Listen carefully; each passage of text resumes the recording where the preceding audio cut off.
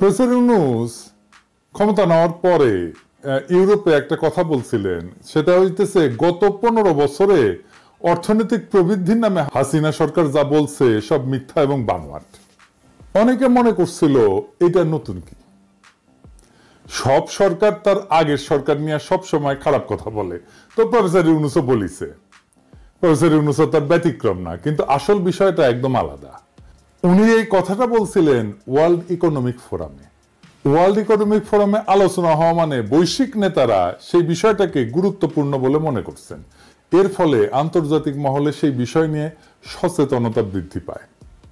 এবং এই কথাটা বইলা প্রফেসর ইউনূস যে কত বড় একটা উপকার করছেন সেটা আমরা একটু পরে দেখতেছি।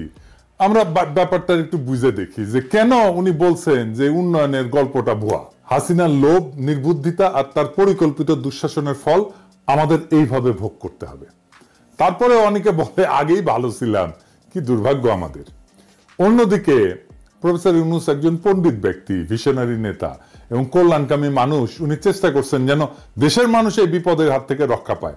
যদি পারেন তাহলে উনি একমাত্র পারবেন, অথচ আমরা এতই নির্বোধ যে দাঁত থাকতে দাঁতের মর্যাদা বুঝতে পারতেছি না। উনারে কত তাড়াতাড়ি ইন্ডিয়ার প্রেসক্রিপশনে হটাই দিতে পারি, মানে উনারা হটাই দিলে ইন্ডিয়ার যে কত লাভ হিসাব করা যাবে না। এখন তাহলে দেখি এই যে আরেকজনের পাশে আঙ্গুল দেওয়া ইন্ডিয়ার, এর ভবিষ্যৎটা কি।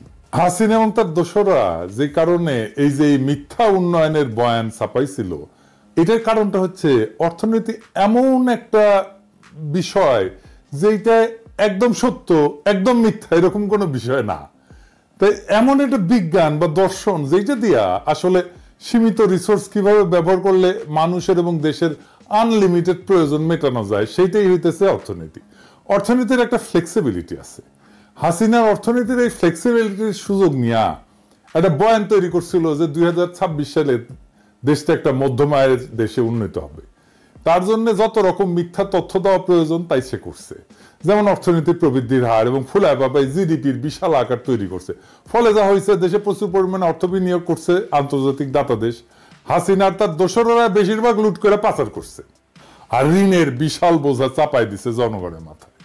এই পুরা কাজ ইন্ডিয়া করাইছে, মানে হাসিনাকে দিয়া। যার কারণে দেখবেন ইন্ডিয়ার অনেক বড় বড় প্রতিশ্রুতি সত্ত্বেও শেষ পর্যন্ত চায়নার কাছে যে হাত পাতিছিল হাসিনা পড়ার আগে, পলানোর আগে। কিন্তু চায়না ততদিনে বুঝে গেছিল যে এর মধ্যে শুভঙ্করের ফাঁকি আছে। তাহলে 2026-এর গুরুত্ব কোথায়, প্রফেসর ইউনূস কিভাবে দেশকে রক্ষা করতে চাইছেন, ওই যে ওয়ার্ল্ড ইকোনমিক ফোরামে যে কথাটা বলে আসছিলেন সেইটা একটু মিলাই দেখি। এবার ইন্ডিয়া দৌড়ের উপরে আছে, ওরে আরো বেশি দৌড়ের উপরে রাখা যেতে পারে, ওর মার্কেটটা খায় ফেলতে হবে। এই জায়গায় আমরা ওর মার্কেটটা খায় দিব।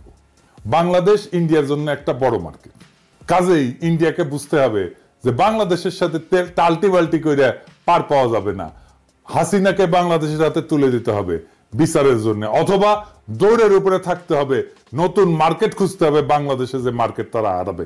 কারণ আমরা ভারতীয় পণ্য বয়কট করব, ভারতীয় পণ্য আর আমদানি করব না, আর ব্যবহার করব না। প্রফেসর ইউনূসের সফল চায়না সফর ইন্ডিয়ার জন্য একটা নতুন চ্যালেঞ্জ তৈরি করবে। আমরা এই মাইনকেসিপা এনজয় করব। তো এই বাংলাদেশ এখন একটা সংকটময় সন্ধিক্ষণে দাঁড়ায় আছে। হাসিনার ফ্যাসিস্ট শাসনের রাজনৈতিক অপরিণামদর্শিতা, দুর্নীতি এবং বৈদেশিক নির্ভরতার কৌশল আমাদের অর্থনীতিকে ধ্বংসের দ্বার প্রান্তে নিয়ে গেছে। দেশের জনগণ আজ বুঝতে পারছে যে 15 বছরের মিথ্যার আবরণ ফুটে বেড়ায় আসছে এক ভয়ঙ্কর বাস্তবতা, অর্থনৈতিক অবনতি, বেকারত্ব এবং আন্তর্জাতিক মহলে বিশ্বাসযোগ্যতার সংকট।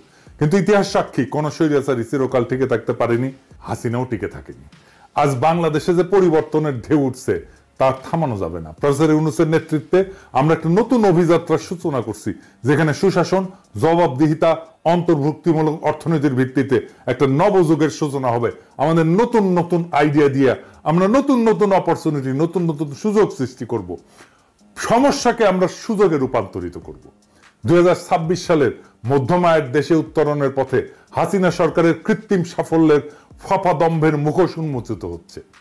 আন্তর্জাতিক মঞ্চে যখন বাংলাদেশের অর্জনকে প্রশ্নবিদ্ধ করা হচ্ছে, তখন একটা কথা স্পষ্ট, এই লুটপাটের রাজনীতি আর চলতে দেওয়া যাবে না। প্রফেসর ইউনূস বিশ্ব অর্থনৈতিক ফোরামে যখন সত্য উচ্চারণ করছেন, যখন বিশ্বব্যাপী বাংলাদেশের প্রতি এক নতুন আশা জাগছে, একটা গণতান্ত্রিক সুশাসিত আত্মনির্ভর বাংলাদেশের, আমরা আর কোনো মিথ্যার কাছে এই সময় আত্মসমর্পণ করব না। আমরা কোনো সমস্যার কাছে দেশকে বন্দী হতে দেব না। অর্থনীতিকে পুনর্গঠনের মাধ্যমে আমরা বিশ্ববাজারে আমাদের নিজেদের অবস্থান করে নেব। যেই চ্যালেঞ্জই আসুক না কেন আমরা মাথা নত করব না। আমরা সেই চ্যালেঞ্জকে সুযোগে রূপান্তরিত করব। কারণ এই জাতি জানে পরিবর্তন অবশ্যম্ভাবী, পরিবর্তন অপরিহার্য। বাংলাদেশের যুব সমাজ, শ্রমিক, প্রবাসী ভাই বোনেরা একত্রিত হয়ে আমরা আজকে শপথ নেব, দেশকে আবার আমরা নতুন কইরা গড়ে তুলব।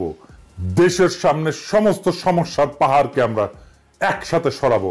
প্রত্যেকটা নাগরিকের মৌলিক অধিকার নিশ্চিত কইরা, অর্থনৈতিক স্বাধীনতা অর্জন কইরা, বৈশ্বিক শক্তির চাপে মাথা উঁচু করে দাঁড়ায় বলবো, বাংলাদেশ জাগছে, বাংলাদেশ জিতবেই। আসেন পরিবর্তনের শপথ নেই। গণতন্ত্র, সুশাসনের পতাকা হাতে নিয়ে আমরা বাংলাদেশকে বিশ্ব অর্থনীতির নতুন শক্তি হিসেবে প্রতিষ্ঠিত করব।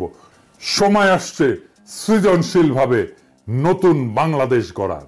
এই যুদ্ধে জয়ী হবই, কারণ এটাই জনগণের ইচ্ছা শক্তি, এটাই পরিবর্তনের অদম্য আকাঙ্ক্ষা, এটাই জুলাইয়ের আকাঙ্ক্ষা, এটাই বিপ্লবের আকাঙ্ক্ষা, এটাই বিপ্লবের শপথ। আমেরিকা, বাংলাদেশ সহ অনেক দেশের উপরে যার সাথে তার বাণিজ্য আছে অতিরিক্ত একটা শুল্কের বোঝা চাপাই দিছে। তার মানে আমেরিকাতে পণ্য রপ্তানি করলে আমাদের পণ্যের উপরে যে শুল্ক আসবে তাতে আমাদের পণ্যের দাম আমেরিকার বাজারে বাইরে যাবে, বিক্রি কম হবে। এই সমস্যা বাংলাদেশের একার না, পৃথিবীর সব দেশেরই সমস্যা। তবে এই সমস্যা আমাদের জন্য না যত বড়, তার চাইতে বেশি বড় আমেরিকান নিজেদের জন্যই। আমরা এটা পরে দেখব কেন এটা আমেরিকান নিজেদের জন্য সমস্যা, এবং সেই কারণে আমি মনে করি যে এটা খুব বেশি দিন টিকবে না এই অতিরিক্ত ট্যারিফ। কিন্তু আমরা পুরো বিষয়টা নিয়ে একটা আলাপ করলে আমাদের বুঝতে সুবিধা হবে সমস্যাটা আমরা কিভাবে মোকাবেলা করব।